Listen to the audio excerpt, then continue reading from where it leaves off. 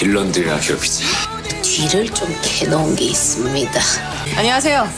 박경선 검사입니다. 해야 할 일이 생겼다.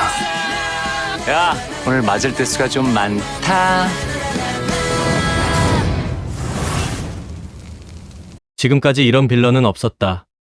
빌런의 끝판왕이 나타났네요. 부산 우마구의 실세, 김홍식이 성당에 나타났어요. 홍식은 단순한 동네 깡패가 아니에요.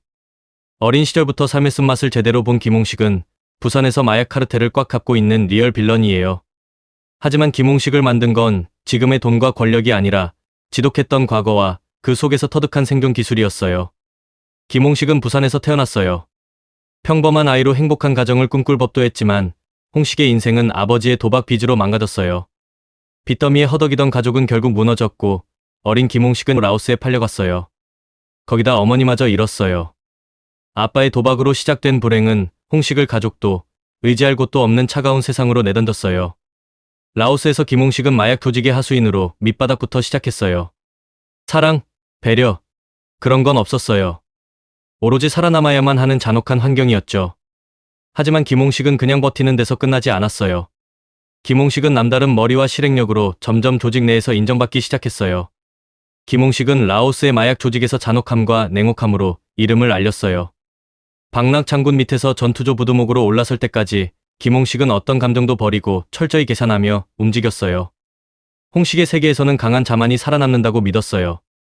법도, 정의도, 감정도 필요 없는 냉정한 논리가 그의 생존 방식이었어요. 홍식은 약해 보이면 끝난다는 걸 너무 잘 알고 있었어요. 라오스에서 홍식은 단순히 살아남은 게 아니라 사람들을 다루고 상황을 조종하는 법을 터득하며 진짜 괴물이 되었어요. 라오스에서 생존을 넘어 성공까지 이룬 김홍식은 성인이 되어 부산으로 돌아왔어요. 홍식에게 부산은 새로운 왕국을 세울 전쟁터였어요. 김홍식은 마약 사업을 기반으로 세력을 키워가며 자신만의 룰을 가진 새로운 세계를 만들기 시작했어요. 검게탄 피부, 파격적인 울프컷, 화려한 셔츠, 타투로 뒤덮인 외모는 홍식이 겪어온 험난한 인생을 보여주는 상징이었어요. 하지만 진짜 무기는 외형이 아니라 홍식이 가진 머리와 전략이었어요. 사람들의 약점을 꿰뚫고 상황을 자신의 쪽으로 이끄는 능력, 그게 김홍식의 진짜 강점이에요. 김홍식이 성당에 찾아간 건 단순히 기부나 선행 때문이 아니었어요. 홍식은 철저히 계산된 행보를 시작했어요. 저 우마구에서 사업하는 김홍식입니다. 제가 외국에서 사업을 좀 했는데 돈을 많이 벌었어요. 겉으로는 친절하게 말했지만 그 안엔 메시지가 있었어요. 나는 그냥 돈 많은 사람이 아니야. 너희가 나를 무시할 수 없는 존재라는 걸 보여줄게. 홍식이 성당에 들고 온 카드는 바로 거액의 후원금이었어요. 말로는 성당을 돕겠다고 했지만 실상은 그 돈으로 자신의 영향력을 과시하며 발을 들여놓으려는 의도였어요. 김홍식이 성당에서 자신을 김홍식 야구보입니다라고 소개한 건 단순한 자기소개가 아니었어요. 김홍식은 자신의 세례명을 굳이 언급하면서 성당과 김해일에게 미묘한 메시지를 던졌어요. 세례명 야고보는 성경에서 중요한 인물로 열정과 헌신, 그리고 순교의 상징으로 알려져 있죠. 하지만 김홍식의 야고보는 그 본래 의미와는 정반대의 방식으로 사용되고 있어요. 성경 속 야고보는 12제자 중 한 명으로 복음을 전하기 위해 자신의 삶을 헌신했던 인물이에요. 야고보는 강렬한 열정을 가졌고 순교를 통해 신앙을 지키는 상징이 되었죠. 그러나 김홍식은 이 세례명을 자신의 이익을 위한 위선적 가면으로 사용해요. 성당에서 야고보라는 이름을 내세운 건 자신도 신앙인처럼 보이고 싶었던 전략일 뿐이에요. 하지만 김홍식의 행동과 내명느 신앙과는 거리가 먼 모습이에요. 성경에서 큰 야고보는 천둥의 아들이라는 별명을 가졌어요. 이는 강렬한 성격과 폭발적인 열정을 상징하죠. 김홍식 역시 그의 세례명처럼 성당과 김해일의 평화를 뒤흔드는 폭풍 같은 존재로 등장해요. 김홍식은 단순히 기부나 선의를 위해 성당에 나타난 게 아니라 성당과 김해일을 자신의 야망에 끌어들이려는 의도를 품고 있어요. 김홍식의 세례명은 그가 걸어온 삶과 앞으로의 행보에 대한 아이러니를 담고 있어요. 헌신과 희생의 상징이지만 김홍식은 자신의 욕망과 권력을 위해 사람들을 희생시키는 인물이에요. 신앙을 지키기 위해 모든 것을 내던졌지만 김홍식은 신앙을 이용해 자신의 목적을 이루려 하고 있어요. 이 아이러니는 김홍식의 내면적 갈등과 드라마의 주요 대립 구조를 더욱 부각시켜요. 세례명 야고보는 김홍식의 미래를 암시하는 복선으로도 읽혀요. 야고보는 자신의 믿음을 위해 순교했지만 김홍식은 반대로 자신의 욕망을 위해 끝까지 달려가는 인물이에요.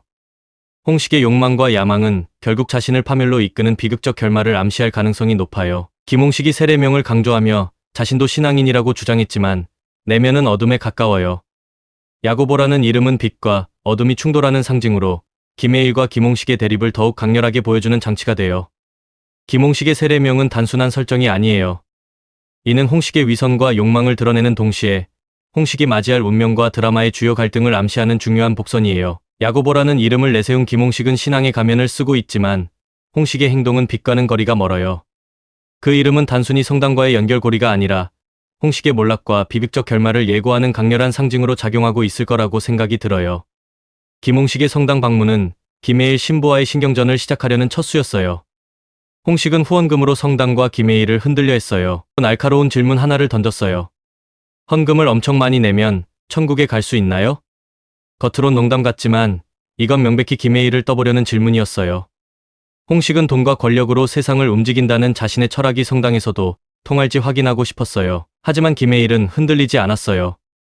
돈만으로 천국에는 갈 수 없어요. 대신에 지옥엔 얼마든지 갈 수 있죠. 김해일의 단호한 대답은 김홍식에게 새로운 메시지를 던졌어요. 여긴 내 돈이 통하지 않아. 김홍식은 이미 김해일과 구대영의 정체를 파악하고 있었을 거예요. 김해일이 단순한 신부가 아니라 과거 특수요원 출신이라는 것.